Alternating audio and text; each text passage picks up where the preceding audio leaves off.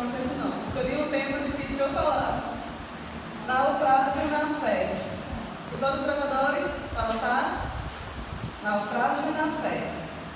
E a mensagem de hoje está lá em 1 Timóteo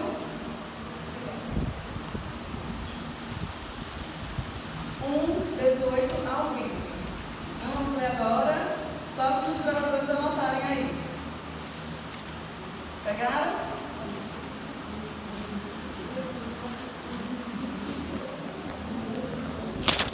Essa mensagem, 1 Timóteo 1:18 a 20. Essa mensagem de um estudioso da Bíblia, chamado Daniel Lima, com alguns comentários de Maísa Ribeiro.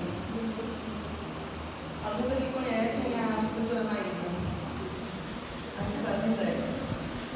E Daniel Lima, ele conta a história que ele ouviu recentemente a história de um líder cristão que desistiu. E esse desistiu não fala em suicídio, não é sobre suicídio, não é atentado sobre o seu próprio corpo. Esse suicídio é diferente. Ele causou um naufrágio na sua fé. Como isso aconteceu? A gente não sabe como isso aconteceu, não sabe por que aconteceu. Ele era um líder da igreja, participante, e não foi algo de repente. Foi algo que durou anos. O naufrágio na fé não é algo que rápido, é muito demorado. E ele chegou ao ponto de ter uma vida dupla. Ele chegou ao ponto de ser uma pessoa promíscua. Ele estava indiferente com sua esposa, com seus filhos e com Deus. Ele naufragou, afundou a sua fé. E isso é uma coisa que vai acontecendo e no começo você se sente mal. Você acha aquilo ruim, mas começa a inventar desculpas por aquilo que está acontecendo. E a história dele parece tristemente familiar com a passagem em que o apóstolo Paulo descreve alguns de seus antigos companheiros de ministério. Ouça bem, esse naufrágio aconteceu com uma pessoa que andava com Paulo e com Timóteo, com duas pessoas. Vamos ver quem são. Lá em 1 Timóteo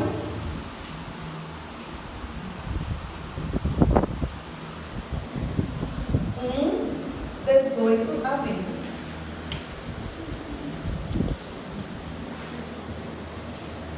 Acharam? Amém? Amém. Diz assim: este é o dever de que te encarrego, ó filho Timóteo. Isso Paulo escrevendo para Timóteo. Segundo as profecias de que antecipadamente foste objeto. Combate firmando neles o bom combate, mantendo fé e boa consciência, porquanto alguns, tendo rejeitado a boa consciência, vieram a naufragar na fé. E dentre estes se encontram Himeneu e Alexandre. É sobre esses dois que vamos falar hoje. Os quais, olha que forte agora, os quais entreguei a Satanás para serem castigados, a fim de não mais blasfemarem. Muito forte. Que situação pavorosa, triste. É algo, imagine alguém ser entregue a Satanás. Não existe pessoa pior para você ser entregue. E vamos ver o que aconteceu para Paulo chegar a tomar essa atitude. Quem foi Himeneu e Alexandre? Himeneu e Alexandre foram dois cristãos primitivos, onde foram professores, só que eles estavam ensinando heresias em Efésios. Eles eram contra tudo Paulo e Timóteo pregavam e se tornaram blasfemadores. Esses dois homens causaram danos à pregação do Evangelho.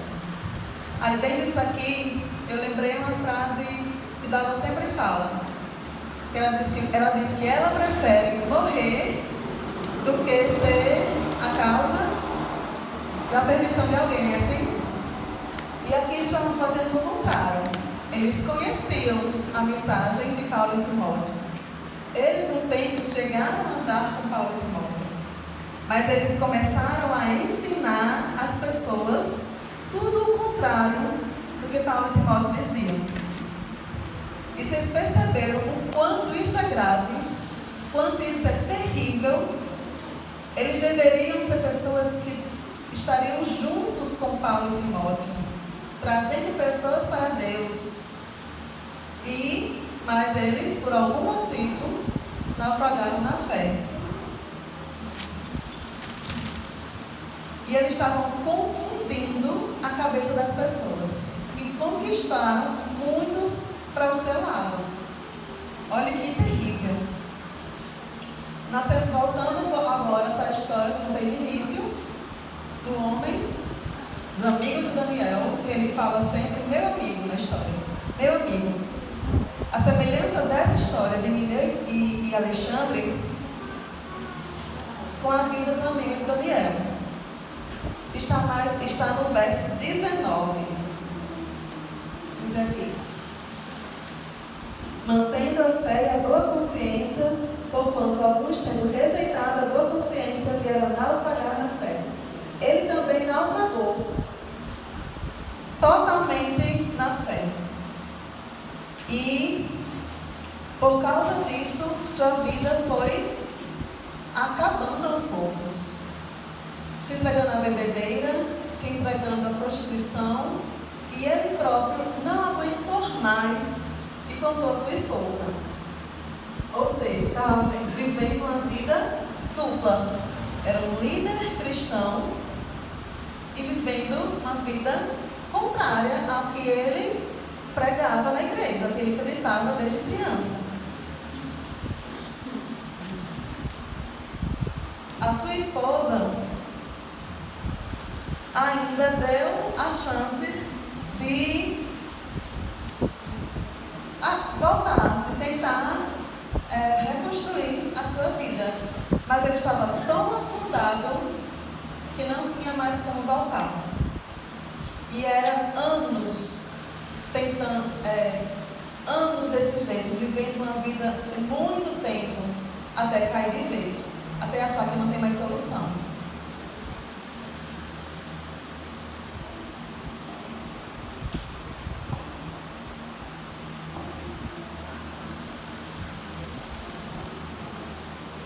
Os naufrágios, naquela época, eles não eram súbitos, não aconteciam assim rápido.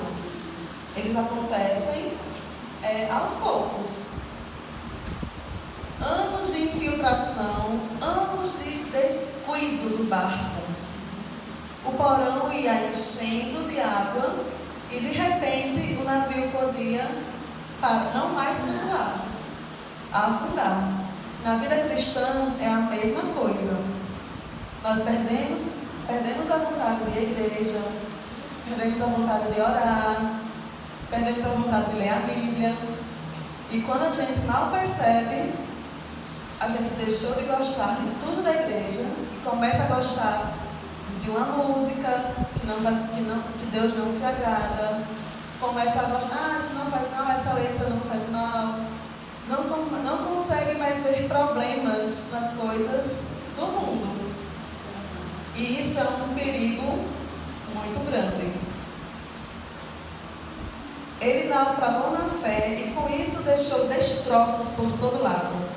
Seja na vida da esposa, que ela era uma mulher dedicada, forte, inteligente, que era dedicada ao ministério e ao marido, aos seus filhos.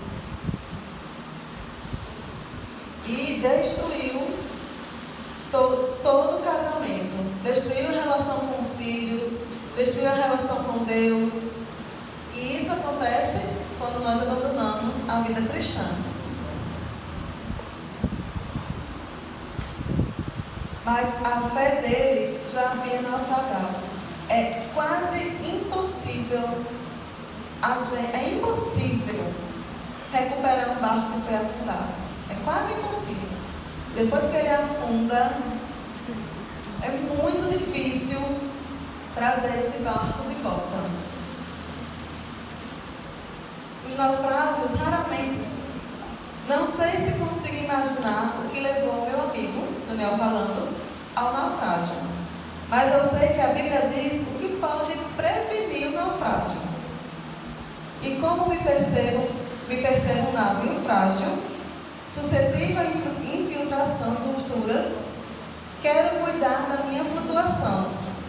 O texto de Paulo afirma, no próprio verso 19, que Timóteo deveria manter a fé e a boa consciência, rejeitando os dois a naufrágio. Então, o remédio para não naufragar é manter a fé e a boa consciência. Mas o que significa rejeitar a boa consciência? Consciência todos nós temos.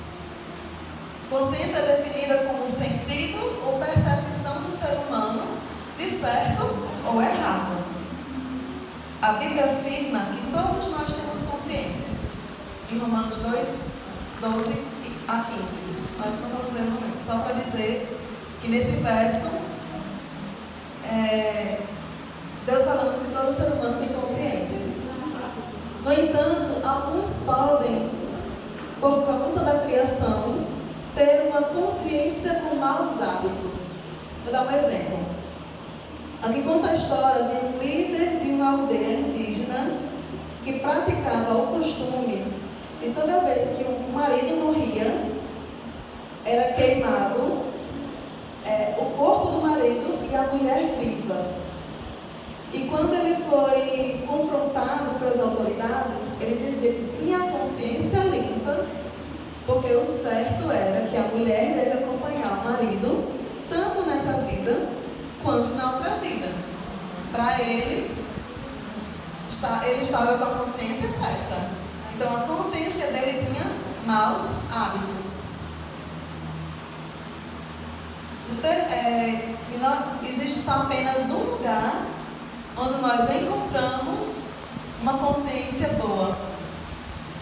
O termo usado por Paulo de uma consciência boa está... O termo usado por Paulo de uma consciência boa, esta consciência não é somente ativa, mas também alimentada por valores bons. Como cristão, afirmamos que valores bons são valores do nosso Deus, que é o único referencial daquilo que é verdadeiro e bom. Amém. Então, a boa consciência só vem do nosso Deus, da palavra de Deus. Não tem em nenhum outro lugar, porque tudo, nós sabemos que roubar é errado, porque na palavra de Deus diz. Nós sabemos que adulterar é errado, porque na palavra de Deus diz. Então, toda a nossa consciência boa vem da palavra de Deus.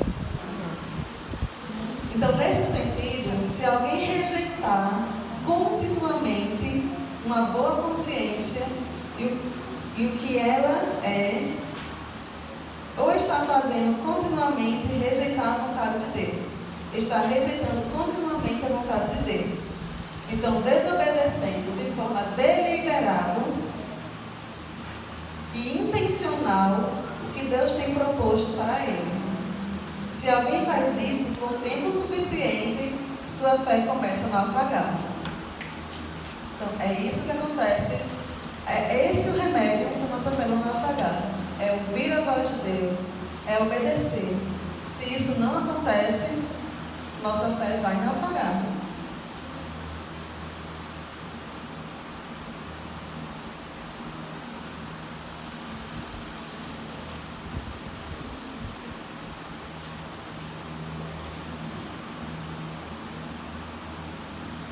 Como cristãos, devemos afirmar os valores bons, que são valores do nosso Deus, que que é o único referencial daquilo que é verdadeiramente bom. Antes que alguém conclua isso, que significa perder a salvação, deixe-me dizer que mesmo um navio naufragado, ele continua pertencendo a um dono. Mesmo o navio, quando naufraga, ele tem um dono. Mas aquele barco fica inútil. Só que nossa vida não.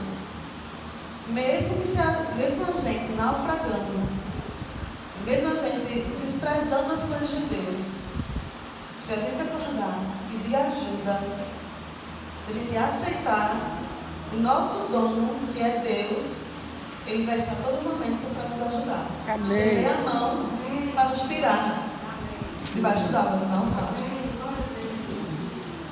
Não sei o que levou o amigo de Daniel a naufragar na fé. Não sei quando começou a infiltração no seu casco. Sei que em algum momento ele começou a rejeitar a boa consciência.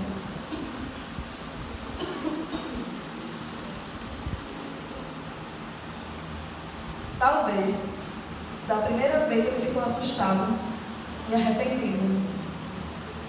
Depois, contornou os avisos do Espírito Santo, cauterizando sua consciência. Continuou seus caminhos errados, rejeitando de novo e de novo o Espírito Santo. Com o tempo, isso se tornou um hábito de rejeitar a Deus. Hoje, ele rejeita a fé que o salvou. Não conta na história se ele voltou para Deus ou não. Mas nós, qualquer pessoa, nunca foi tão longe que não possa voltar. Amém. Não existe isso. Tem solução e salvação para todos. Amém. Também na Bíblia não conta a continuidade de Mineu e Alexandre. Mas, quando Paulo entregou para Satanás, não entregou para ser morto, nem entregou para a perdição. Ele entregou para ser castigado e não mais blasfemar contra Deus. Não sei o que aconteceu, se ele se arrependeu, se ele voltou, mas essa é a nossa chance, a nossa oportunidade. Amém. Nós não precisamos ser entregues a Deus, porque nós já somos dele. Ele Glória. nos comprou com preço de sangue. Oh, glória. Paulo entregou para Satanás, porque nós não pertencemos a Satanás, pertencemos a Deus.